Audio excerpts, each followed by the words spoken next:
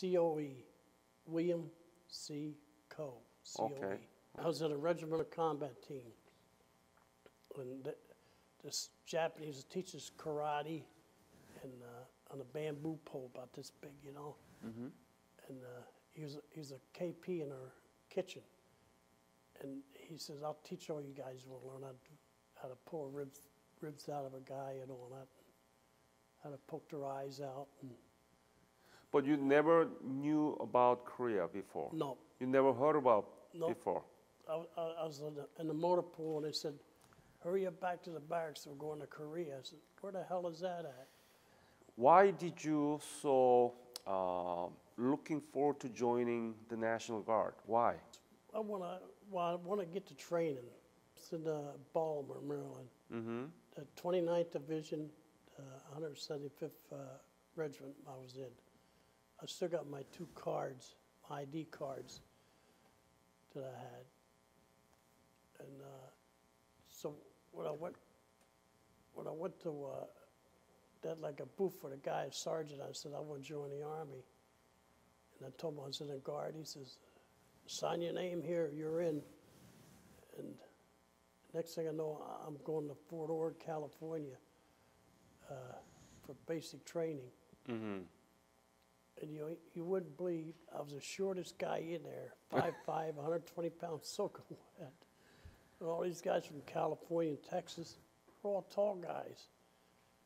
So, What is the normal process of transferring yourself in the National Guard to professional military or the Army? I just went and told that sergeant that says, you want to re-enlist? I said, I want to enlist. I said, yes, I'm in the National Guard. And he said, okay. So he called the National Guard up, and next thing I was in. Okay, so when was that? That you enlisted? 48. 8 weeks training. And I passed the Golden Gate Bridge. I passed Alcatraz. It's near Salinas and Monterey in Oakland, California. And I went to the state of Washington. Mm-hmm. That's where we shipped out. On a ship, must have been about 200 or 300 guys. It's a troop ship. So they give you a card, and when you go down to the mess hall, they punch it so you don't go back for seconds. So if I got sick, I give my card to somebody else. But I was sick for 5 days, and I was only 17, you know. 5 days it lasted, and after that it was all right. And when we hit Yokohama, that's where we end up, Yokohama. And went in that, like an airplane, hangar. And the first day over there, the ground starts shaking. And I said to my buddy, quit shaking the bed. I was on top. He said, I ain't shaking, the ground's shaking. I said, let me out of here. I grabbed my bag. So there was an earthquake? Earthquake. Oh my And goodness. the Japs are all sitting out there like nothing's happened, you know, because I was in the infantry. So they had the 21st, the 34th, and the 19th. So they sent me to the 19th first, then they transferred me to the 21st. So. And then what was your main mission? What did you do there in Japan? No, I was first I was first gunner of the 57 recoilless rifle. Then they made me squad leader, made PFC. Mm-hmm. So we had our own platoon, you know, like that. And every guy kept the bunk clean and their floors. We had GI parties Friday night. And then you couldn't go to town Friday night because the next day you had to go march in a parade some Saturday. So for 2 years there, I enjoyed myself. But there was no battle or any commotions or street demonstrations among Japanese, so it was peaceful time? Yeah, the communists had their parties, you know, but they'd make us stay in the barracks just in case something happens downtown. Then we had to go down, break it up. At the time, how much were you paid? Salary? I think 75, about $75. $35? 75. 75? Yeah, That was pretty good. yeah. Well, them days, that's the way they paid you. Look what they get now. my daughter's, granddaughter's in it. She's got 4 or 5 years. She must make about $300 a month. How was it? How was the life in Japan, just in general? We had a good time. They kept you training every day, except Friday. And Sunday you had off. Saturday and Sunday you had off. But then 5 days there you trained. When did you first hear about the Korean War? I was on guard mount at the motor pool. And the guy says, hurry up back to the barracks, we're going to Korea. I said, where the hell is that at? What was your feeling that you have to go to the battleground, the war? Well, first guy you shoot, you feel funny. But this old sergeant says, you get him, he's going to get you. So after that, I shot and asked questions later. How old were you at the time? 19. 19. So when did you leave for Korea and how? Please tell me about those. I left in April of 51. No. When did you leave for Korea from Japan? We're at Takazuka Air Base in Japan. They had these C-54 boxcars, planes, you know, and you could put a Jeep and a trailer in it, and then the rest of them sit in a wooden bench, like, you know. It didn't take long to fly from there to Busan. Then we got on a train. When was that? When did you leave? July 1st? No, I think it was, geez, I forgot what it was. Maybe it was 1st of July. Yeah, 1st of July. Yeah. How many soldiers were inside of that C-54? I think it was,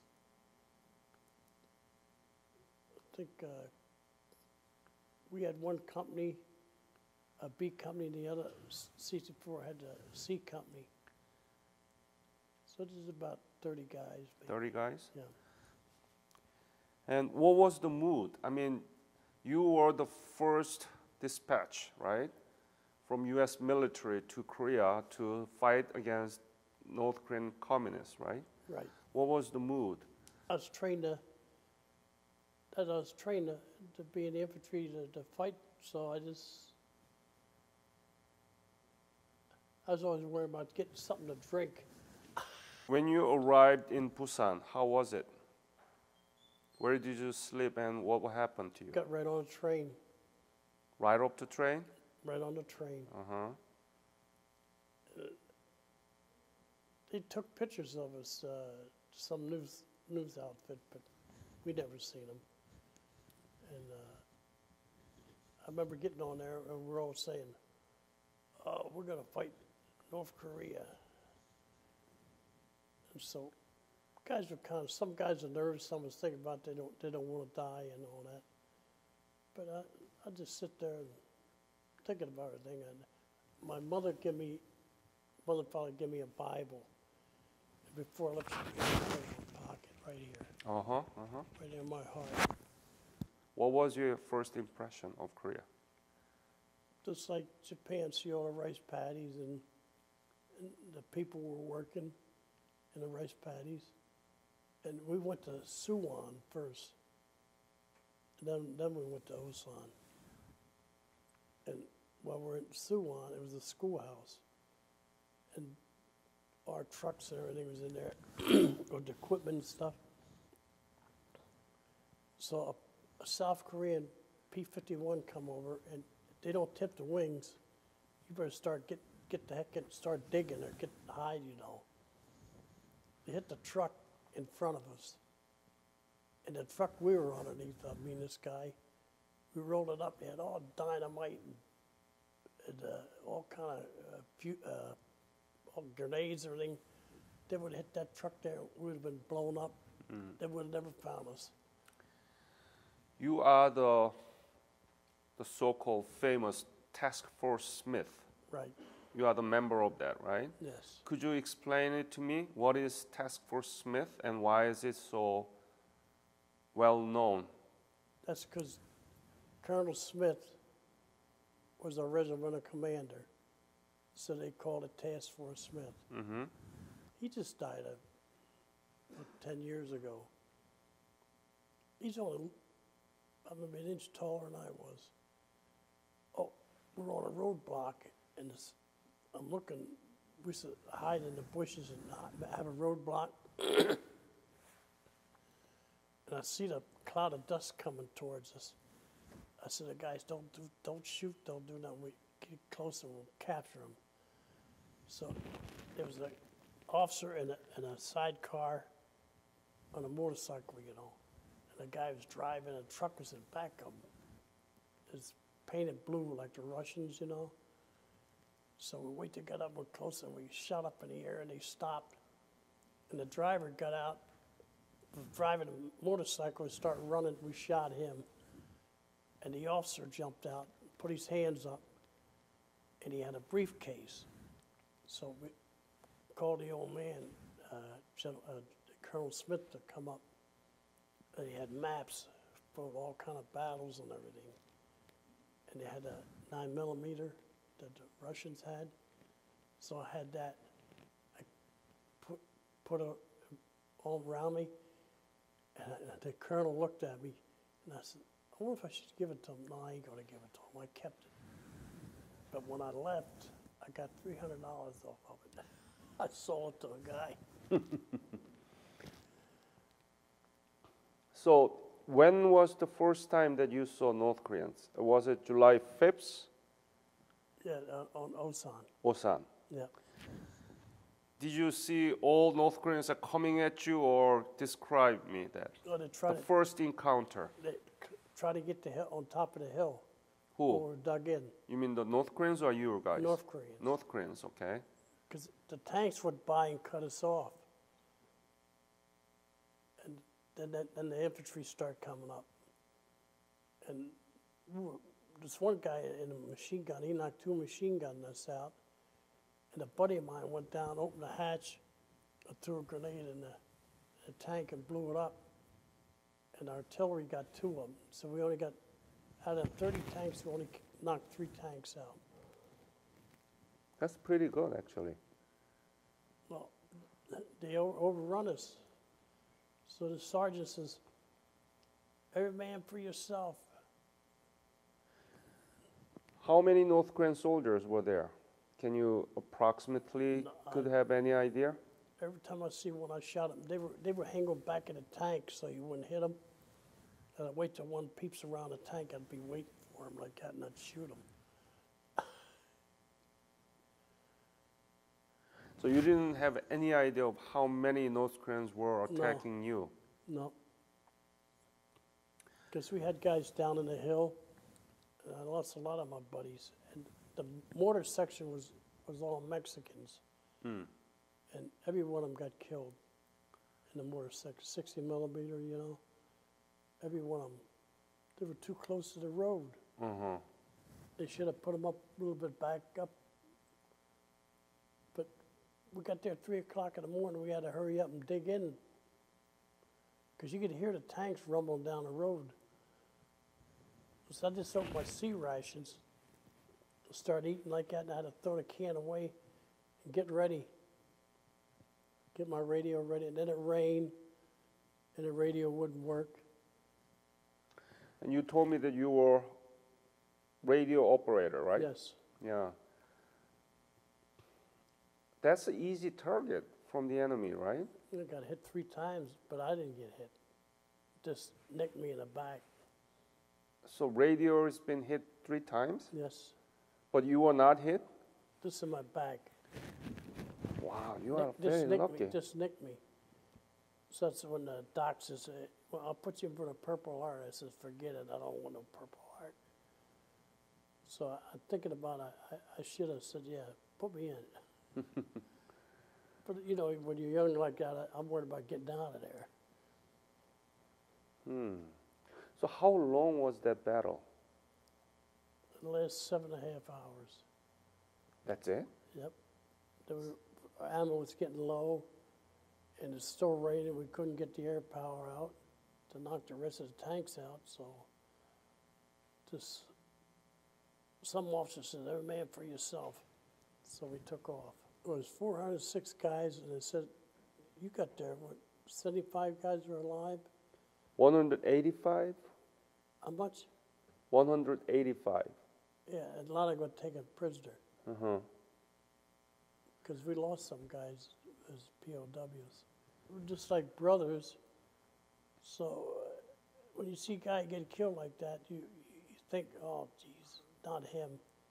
And this one guy named Chaplin, I'll never forget, he got hit right in the head. He had a 45. I took his 45 because I didn't have any rounds left in my carbine. And I used his 45. That's when I went over the road there, and this North Korean was laying in a rice paddy. And I looked at him, eye to eye, I shot him first.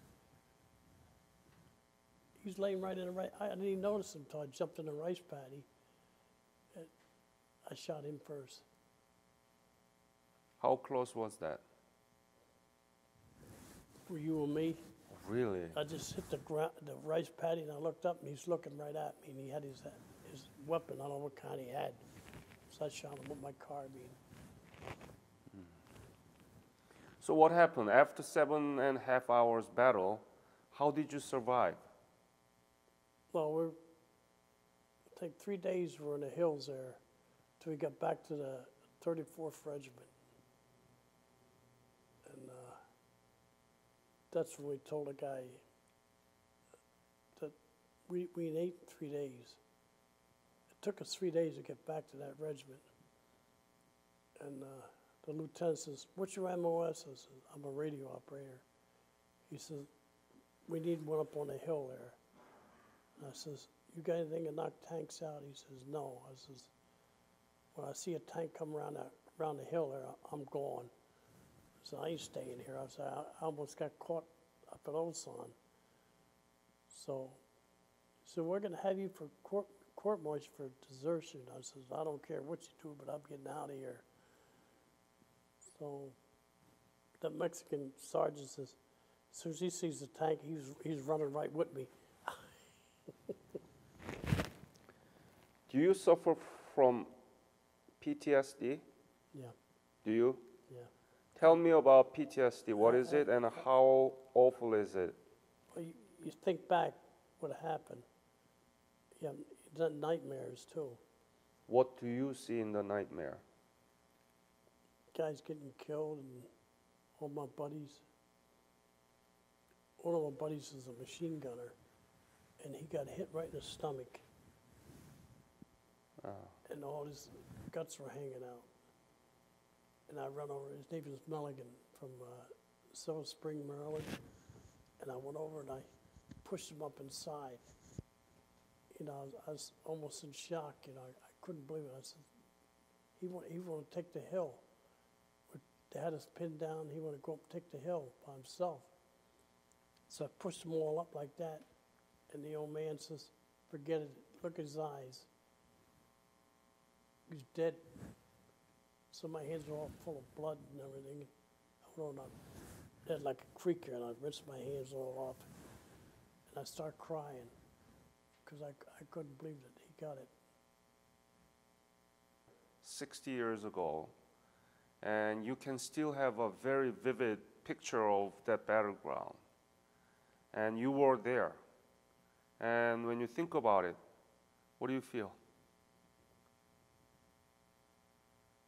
I'm glad I'm still here. After that Osan battle, okay, what kind of battle did you engage? Well, we were at Naktan River, and we had the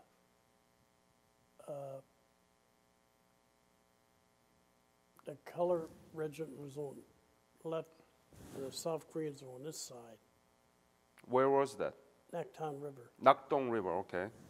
So next morning, the old man says, "Go down and check, see if the color guys are still there." They were all gone. they bugged out and left us there.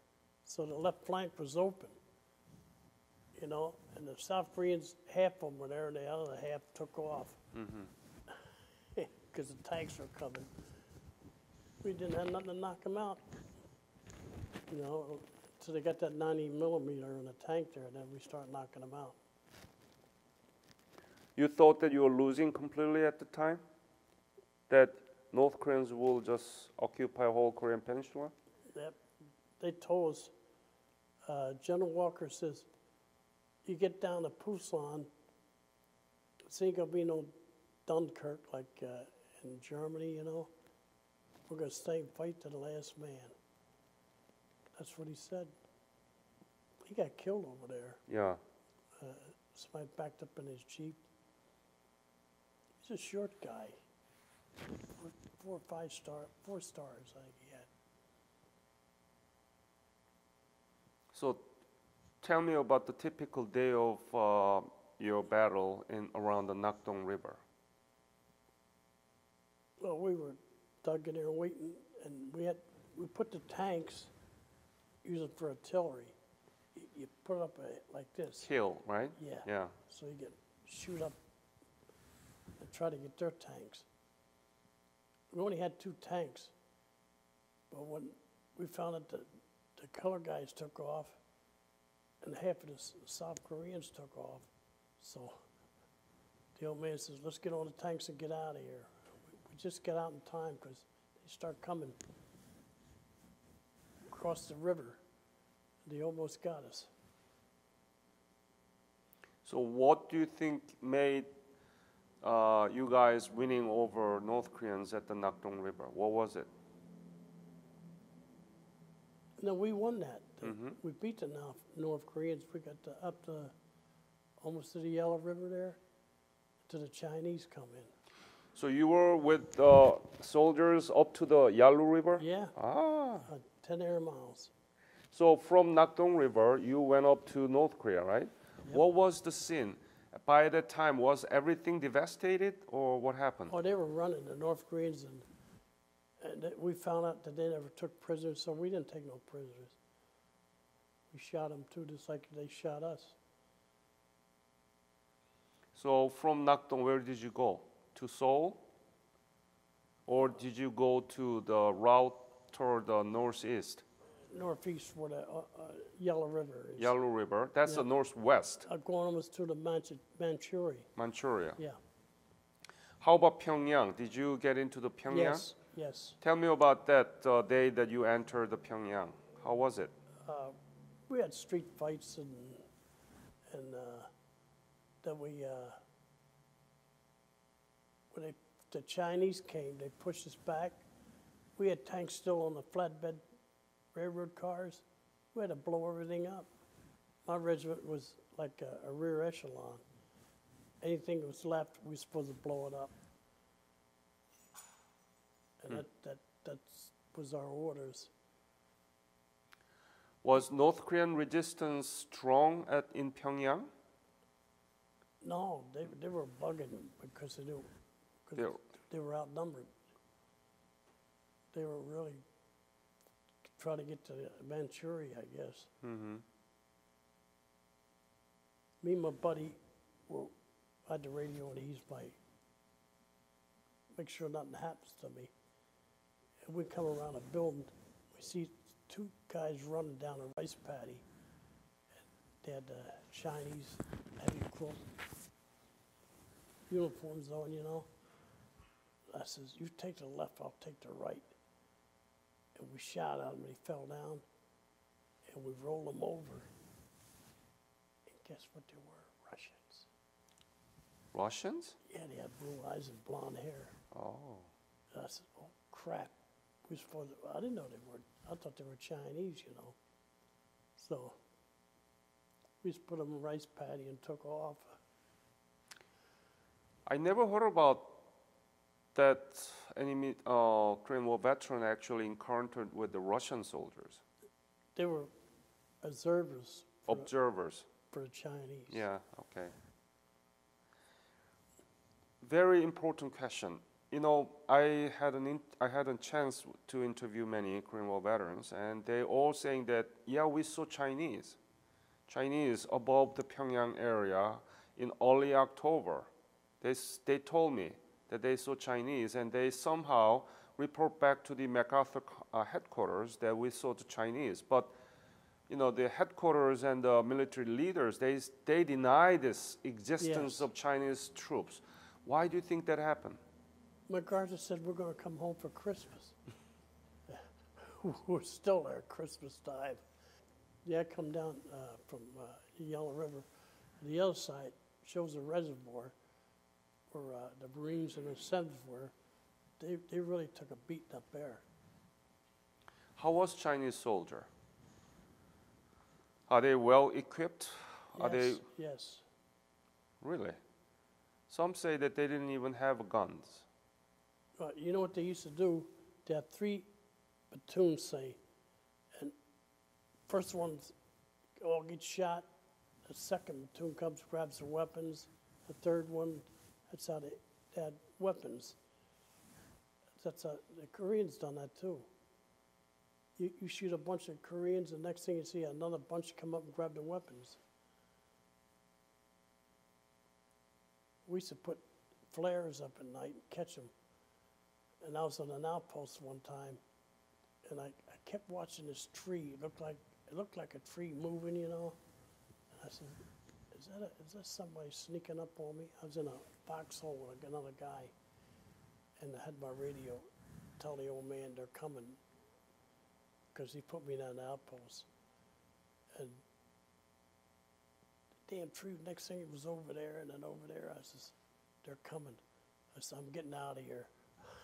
So I got up the hill with my .8, you know, and he says, yeah, we better get ready. They're coming up the hill. And I guess about maybe half an hour, they start throwing everything at us. Was there any close encounter with the Chinese? Oh yeah, we had up at the Yellow River there. They try to, I was on a tank, and they'd get up on a ridge, and they'd shoot at us shoot us on the tanks and everything. That's how we got out, on tanks. This tanker, which had his 50 caliber, he kept the ridge mowed down so they wouldn't try to get us guys on a tank. And next thing you know, he got hit, and I pushed him down in the hole. And I grabbed his 50 caliber and I start shooting up, keep the ridge from the Chinese hitting us. But then once in a while the bullets would zig into the tank, you know. Oh, it's all coming back to me now. I'm sorry to remind you that.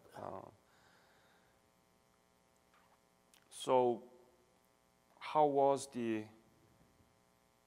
withdrawal from Yalu River, Pyongyang, and you came back to where? We came back, went past the 38. They pushed us so fast, we went past the 38. And where did you station yourself? I can't remember. But then Ridgway took over when he fired MacArthur, and he said, we ain't bugging anymore. He said, we're staying here, we're gonna fight. So that he got us organized, and we started pushing the Chinese back.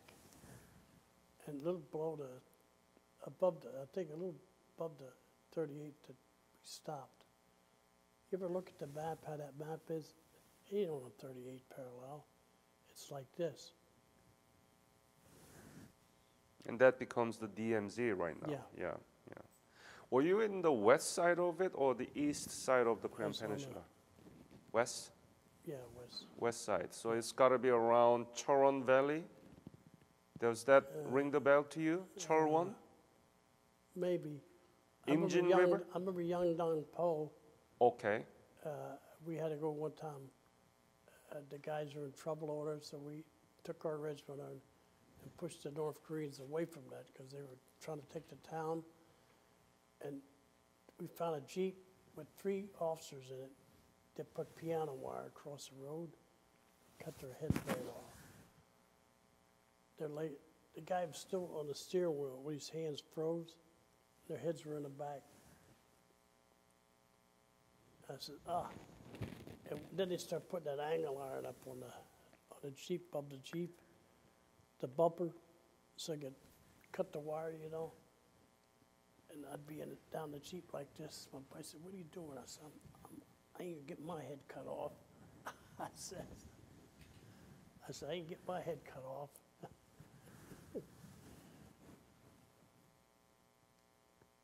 So, do you know how many Task Force Smith members surviving right now? Currently? I don't know. How many do you think, honey? I know Joe Langoon and me's. About 15 of us. Just 15? 15? 15 guys. Wow. I got a picture to show you. Do you get together regularly? No, I just talked to my buddy in California, Joe Langoon. Do you have kind of annual convention of Task Force Smith? We used to, not anymore. We used to have it at Myrtle Beach or Texas, Bronson. We had one down at Bronson. Does that help for you to meet your buddies again and talk about things happen? What do you do when you meet together? We start talking, but we try not to say, well, another guy just died or something like that. So, have you been back to Korea? I went back in, was it once? Went once for the 30th anniversary. 53rd anniversary of Yeah. the war, right? Yeah, It was 2003 then? yeah. We had to cut the cake with a sword. What was your feeling going back to Korea where you survived this one of the most severe battle of Osan and looking at all those new Korea? What did you feel? What was your impression? I loved Seoul there, the hotel, we stayed in the hotel there, and they had a cook there, he could make an omelet there. Oh, I went back twice. Yeah, that thing was about this big, you know. Me and my 3 daughters. Did you see the places where you fought? Yeah, I went to Osan, and I went, and Daejeon, I missed that. I just got out of there when General Dean got trapped, you know, because I was up on a hill and had a tunnel. A tank could just get through this tunnel. So I was with the engineers. They were putting dynamite in it so to blow it up. You never imagined that you will be the member of Task Force Smith No, and participating in the war for the first time from American side. no, I didn't think so. I thought I was just going there and it's like police action, they said. They just changed it to war now, about 5, 6 years ago. They call it conflict.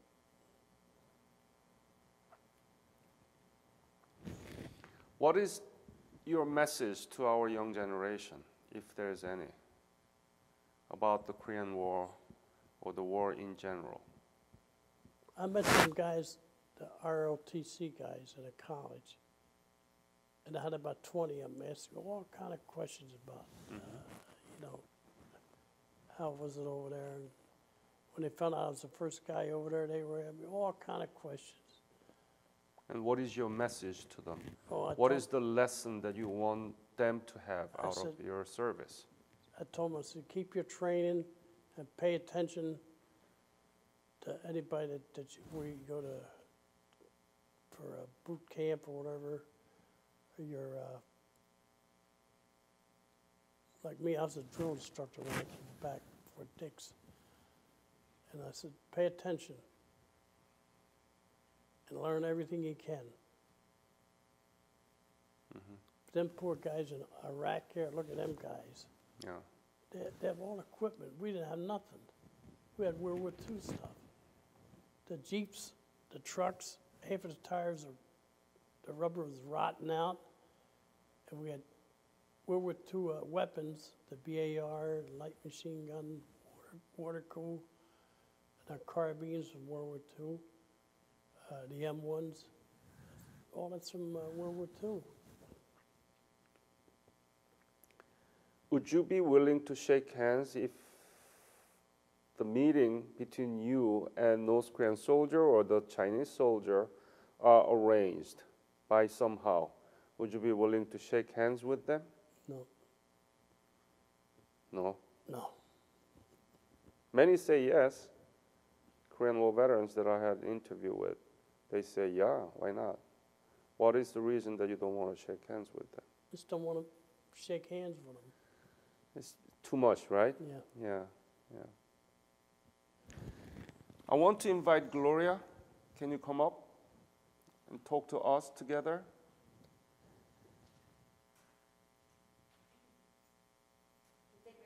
Sure.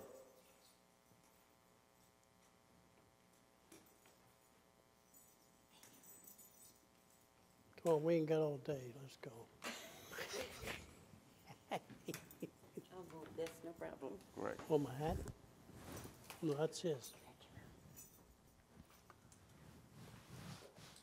Gloria, Yes, please tell me when we first met, where, and how. we met in Washington at the Amtone. Whatever. the theater, Yeah, and how for a reunion type of thing Yeah. for the Korean veterans. yeah. And I asked you to see if you and your husband will be interested in having an interview with me, right? Yes, And you said, certainly. certainly, right? And you came down from Albany, right? My daughter was stationed there when she went in the Army. She's stationed a year, and we had to take care of my granddaughter. And we had her for a year. And she loved it over there. She was, Ronnie, the one that you met, Uh-huh. she did 20 years in the military. She went to Korea twice, Twice. and being stationed there, and she saw a lot. Not like Bill did. I mean, there's no killing or anything, but she saw the pictures from then until when she went over there was amazing how much it's built up. But I will say this about the Koreans. No matter where we go, and especially at reunions, if a Korean person comes up and they see Bill Task Force Smith, they always tell him thank you. Bill and Gloria. I'm glad to have met you. Bill, I've never met anyone from the original group of Army troops that were sent to Korea from Japan. There was the 24th, 25th, 1st Cav, and the 2nd Division. Elements of. Nobody had a full battalion, regiment, or anything. no, Because of the World War II, yes. and the amount of money that we had spent to, not because we wanted to, but to defend ourselves against the aggression created by Hitler and the Japanese or whatever. But the 24th, I never met anyone from those groups because I didn't get to Korea till 2 years later. Yes, the punch bowl there is actually, it was a meteorite or something hit that area way back before you and I were around. And there's a big, it's surrounded by hills as high as 8,000 feet. And the valley at the Punch Bowl is tremendous. It's huge. And that's where the Army and Marine Corps, after you had left, ended up fighting up there. And then we moved to the Western Front. And strictly at that point in time, everything was the what they called the outpost wars. After the ceasefire, or not the ceasefire, but after the agreement to started, they started to talk about peace. 54 July of 51. or 51? Yes. And at that point, we were told when we got there, we were not to take any land. If we took a hill, we were to abandon it immediately, not to show any aggression. So we always thought, what are we here for? If we're not here, and that's what drove a lot of the generals to the point of they wanted to be transferred out. Yeah. And it drove Van Fleet almost wacky, but he made out all right. He died in his sleep at 100, so he did all right. Yeah, I remember him. Van Fleet, and before him, of course, was his boss, General Ridgway. Yeah, oh, he was, Okay. he didn't take no crap for it. He had them 2 grenades. Yeah, old iron tits Yeah, is what he yeah. was called. But he didn't have 2 grenades. That's a misnomer because he only had 1 grenade, and over here was a phone. But they always said he carried 2 grenades, but he never ever carried. He says that in his book, in his memoirs, but it looked like a grenade from a distance, so they Yeah. called him Old Iron Tits.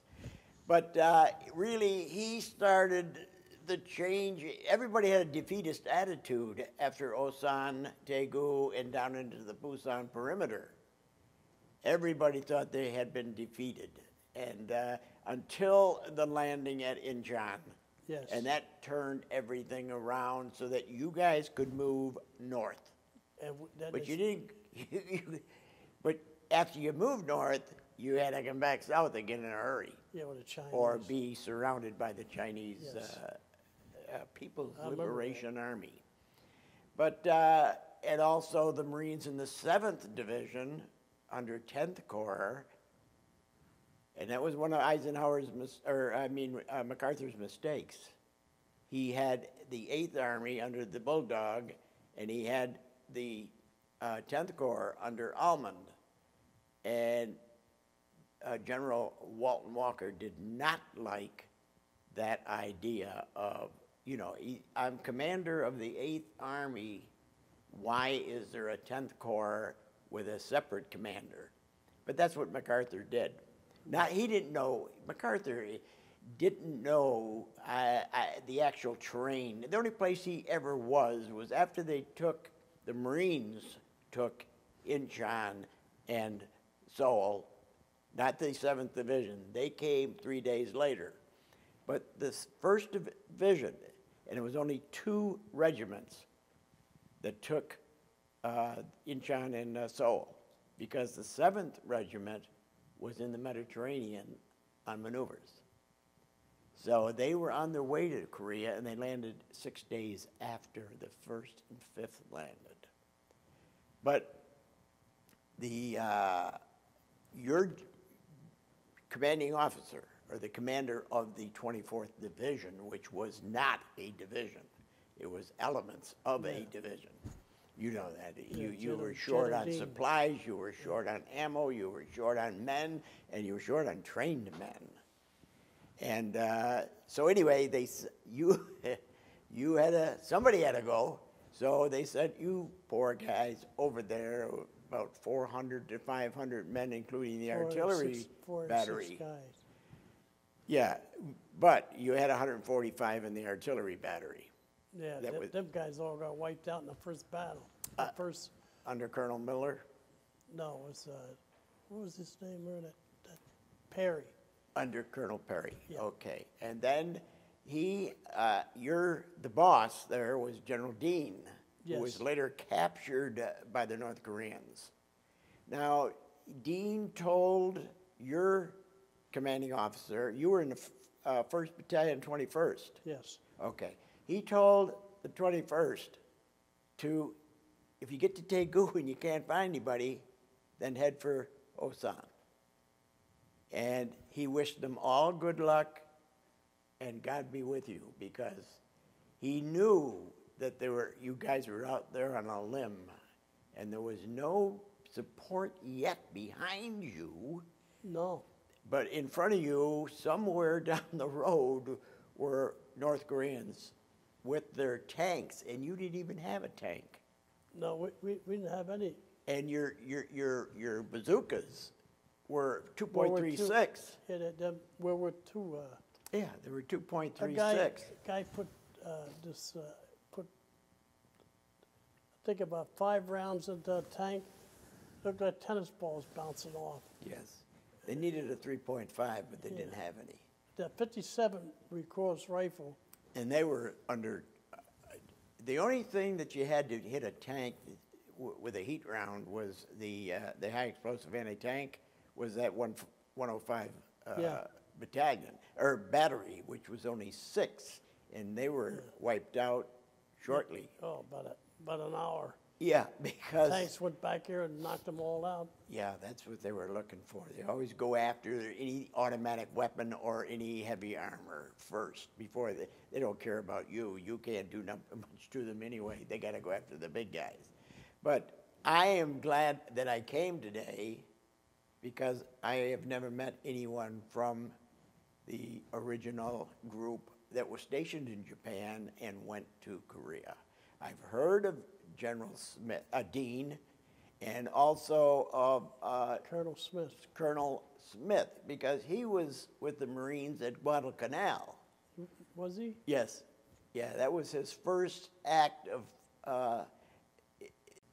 He was a tough son of a gun. He was, what do they call it? His first baptism of fire was at Guadalcanal with the 1st Marine Division.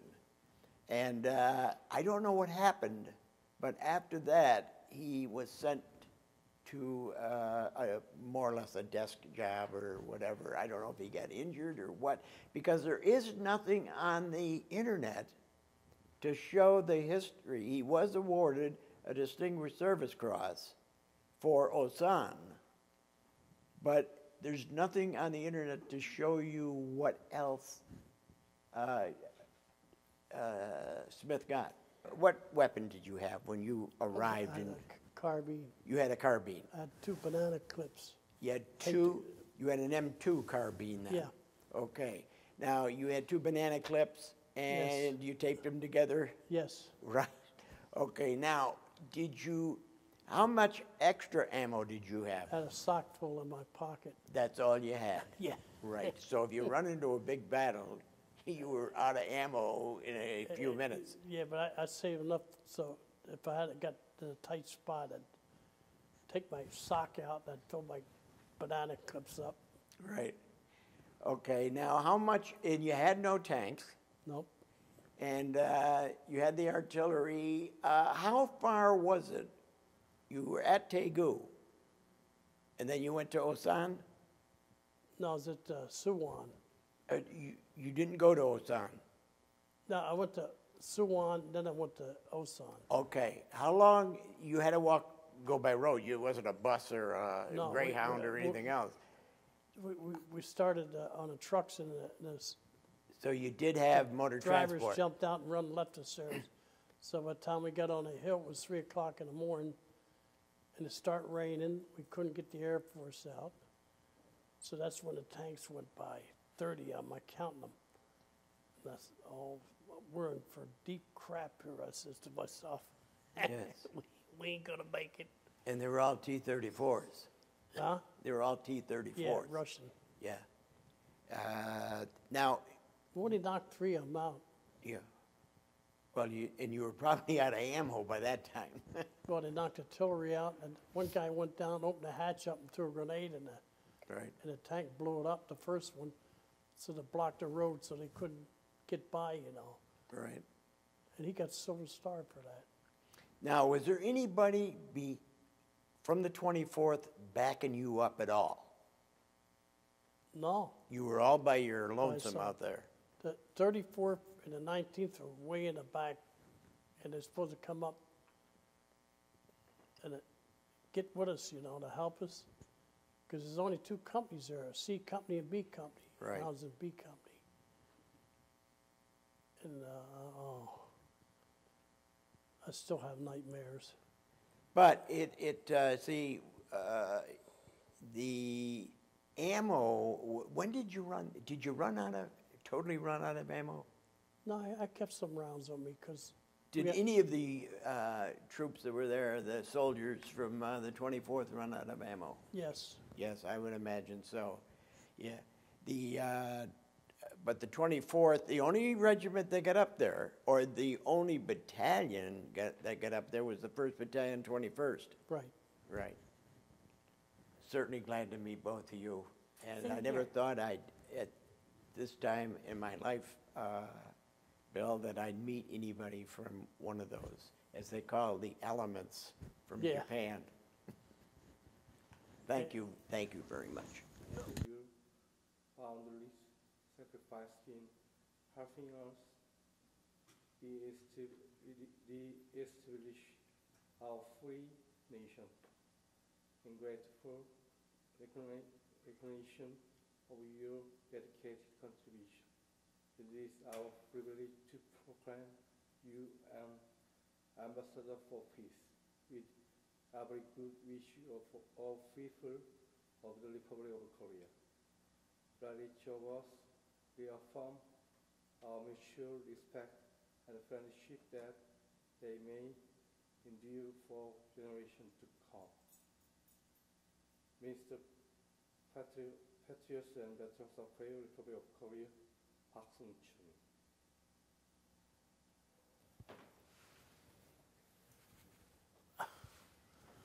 Something else to hang on the wall, honey. You want me to stand up? Thank you.